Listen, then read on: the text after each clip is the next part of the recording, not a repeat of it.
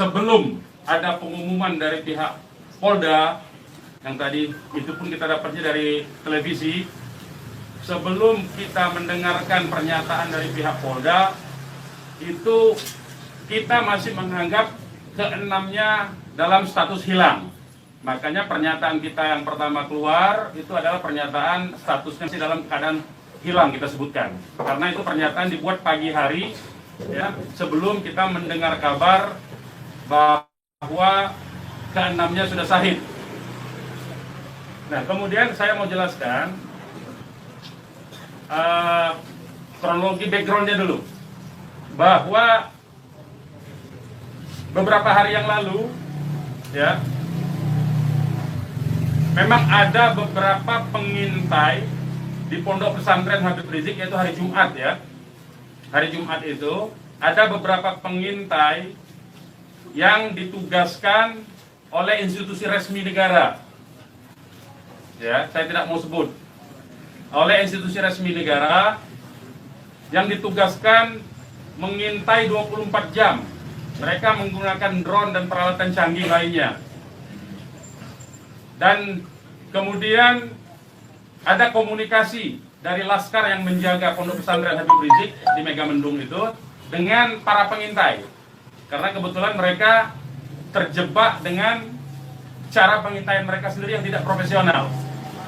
Ada komunikasi antara laskar penjaga markas Syariah Megamendung dengan para pengintai. Ya.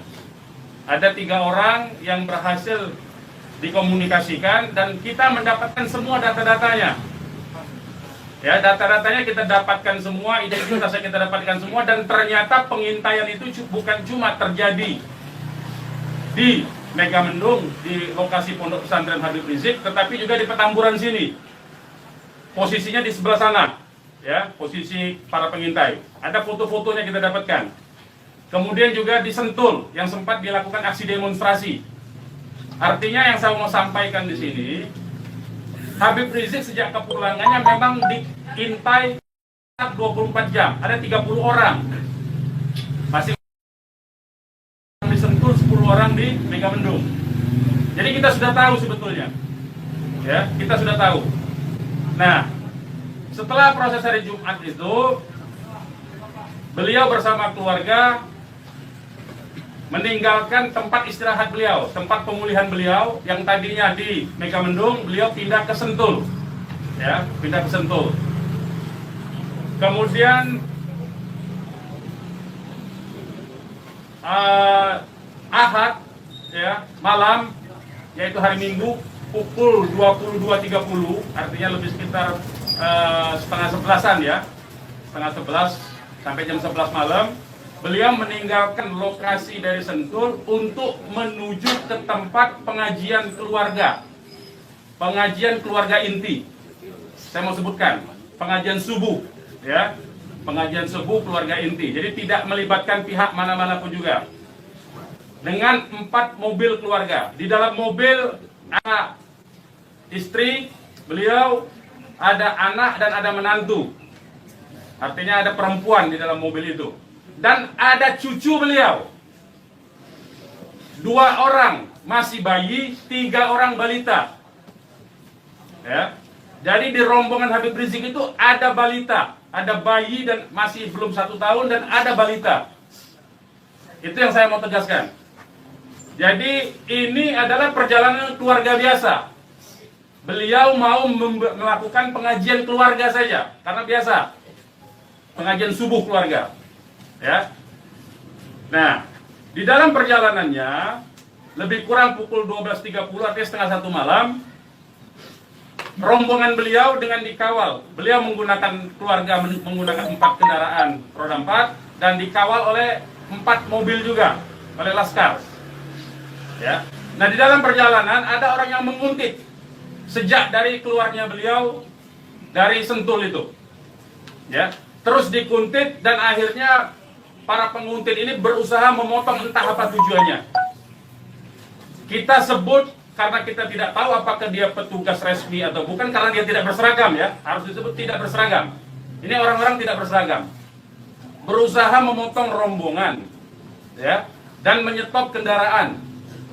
Nah, para pengawal tentu saja bereaksi untuk melindungi, ya, untuk melindungi Imam Besar Habib Rizik Syihab. Itu reaksi normal, karena memang mereka bertugas untuk mengawal. Reaksi normal. Yang patut diberitahukan kepada teman-teman pers semua, bahwa fitnah besar kalau laskar kita disebut membawa senjata api dan tembak-menembak. Fitnah itu. Laskar kami tidak pernah dibekali dengan senjata api. Kami terbiasa tangan kosong. Kami bukan pengecut. Jadi fitnah, dan ini fitnah luar biasa, pemutarbalikan fakta dengan menyebutkan bahwa laskar yang lebih dahulu menyerang dan melakukan penembakan.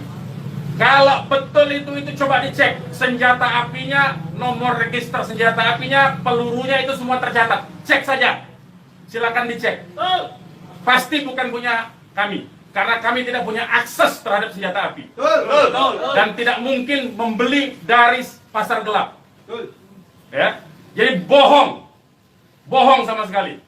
Apalagi di FPI, di kartu anggota FPI dan kartu anggota LPI disebutkan bahwa setiap anggota FPI dilarang membawa senjata tajam, senjata api, bahkan dan bahan peledak. Itu dilarang di kartu anggota kita punya. Ya. Nah, jadi upaya-upaya memfitnah, memutarbalikkan fakta, hentikanlah. Ya. Hentikanlah. Nah, kemudian kejadiannya, ya, kenapa kami menyatakan laskar kami dalam keadaan hilang? Karena memang kami belum tahu keberadaannya di mana. Itu membuktikan bahwa mereka dibunuh dan dibantai, saudara-saudara. Ya. Kalau sejak awal tembak menembak itu berarti dia tewasnya di tempat dong.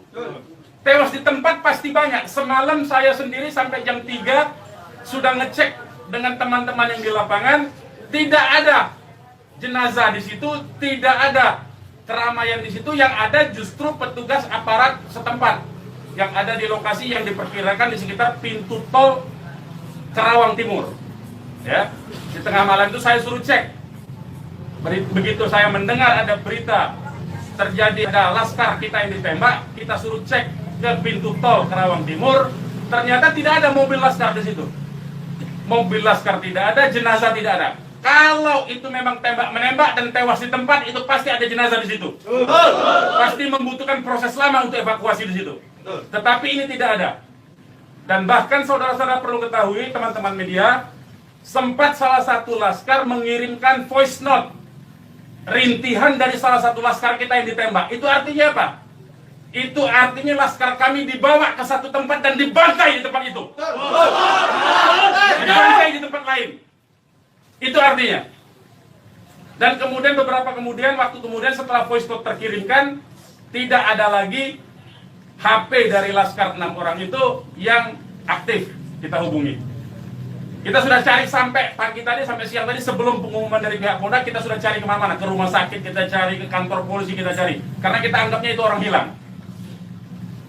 Dan ternyata kemudian ada pengumuman bahwa seperti yang dinyatakan fitnah, yang menyatakan tembak menembak itu. Ya. Nah, jadi sekali lagi saya mau katakan tidak betul, ya, berdasarkan fakta-fakta dan kronologi yang saya sampaikan bahwa terjadi tembak menembak dan laskar memiliki senjata api, itu tidak betul sama sekali. Itu fitnah besar terhadap kami, fitnah besar terhadap umat Islam. Kami anggap itu upaya memutarbalikkan fakta yang tidak pada tempatnya. Saudara-saudara harus diperhatikan, ini 6 orang, ya, 6 orang wafat dibantai. Keluarganya ada 1 di dalam, ya, ibunya ada 1 di dalam, ada 1 orang tuanya laki-laki sedang sholat di masjid. Ya, ini anak-anak kita tahu persis.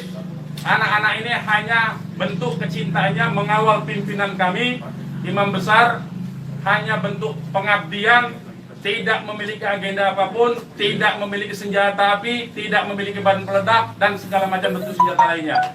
Dari kami, saya kira itu. Ketua Umum silakan kalau ada yang mau menyampaikan. Silakan.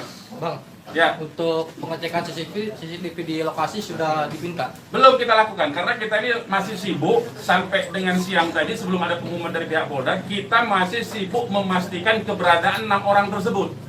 Ya, jadi kita belum mengecek kemanapun, kita masih menelusuri kemana-mana tempat dari kemungkinan itu dibawa, yaitu apakah rumah sakit karena kita mendengar ada voice note yang tertembak kan, rintihan dari salah satu korban yang ditembak, masih sempat didengarkan oleh Laskar yang tetap mengawal.